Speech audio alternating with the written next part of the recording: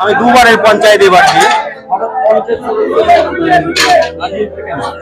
রাজনীতি আসার উদ্দেশ্যই আমাদের গ্রামবাসীর জন্য আমি উপকার করতে পারি, এই একটা উদ্দেশ্য নিয়ে আমি ভোটে দাঁড়াই আর কি। তো মাছ বিক্রির সাথে সাথে বন্ধ নেই মানুষের পরিষেবার কাজ। মাছ কাটতে কাটতেই সাধারণ মানুষকে পরিষেবা দিচ্ছেন তৃণমূলের পঞ্চায়েত সদস্য জয়দেব বাবু।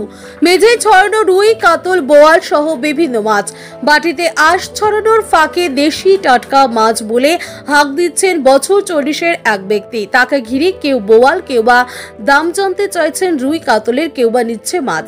সে ভিড়েই পঞ্চায়েত সদস্যের শংসাপত্র চেয়ে বসেন কলেজ পড়ুয়া যুবক। তার কথা শুনেই থেমে গেল বটিতে মাছের আঁশ ছড়ানো ব্যস্ত হাত দুটি।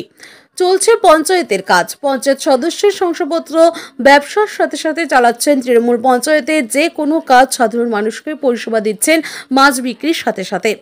এক দুদিন নয়, মাছ বিক্রির ফাঁকে 6 বছর ধরে মানুষকে পঞ্চায়েতের পরিষেবা দিচ্ছেন হবিবপুরের বুলবুলচন্ডির মাছ ব্যবসায়ী গ্রাম পঞ্চায়েতের সদস্য জয়দেব হালদার। তিনি টানা 2 বার তৃণমূল পঞ্চায়েত রয়েছেন, তবুও নিজের পেশা মাছ বিক্রি ছাড়েননি তিনি। সহকর্মী, দলীয় নেতৃত্বের পাশাপাশি বিরোধীদের কাছে প্রশংসিত জয়দেব। ভোর 4টায় উঠে শুরু হয় জয়দেব বাবুর সারাদিনের লড়াই।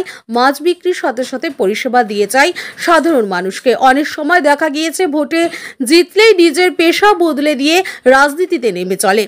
বুলবুলচন্ডির ছবিটা একটু অন্যরকম। নিজের পেশাকে ধরে রেখেই সাধারণ মানুষকে পরিষেবা দিচ্ছেন জয়দেব হালদার। মোটামুটি 20 বছর আমি দুবারের পঞ্চায়েত এবার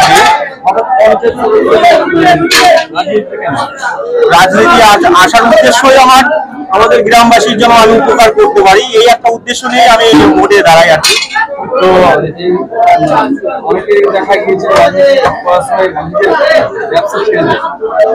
ব্যবসা কেন, এটা আমার আগে প্রথম থেকেই, আমি আজ 20 বছর থেকে এখান থেকে ব্যবসা করছি। তো ব্যবসা কেন করবো, ব্যবসাটা আগে, তারপরে আমার রাজনীতি।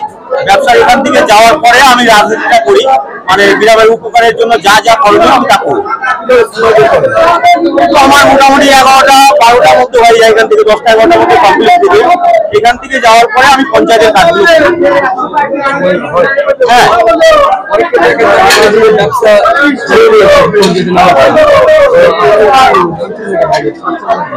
ব্যবসা, দেখুন রাজনীতিটা আলাদা জিনিস, ব্যবসাটা আলাদা। ব্যবসা আমার কাছে প্রথম, যেহেতু ব্যবসা আমি প্রথম থেকেই করছি, তো ব্যবসা কিন্তু মানেই হয় না।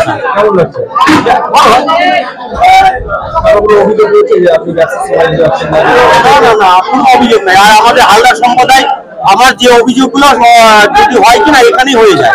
এই সমস্যা আমি বুলবুলচন্ডি পঞ্চায়েত, এই জয়দেব হালদার।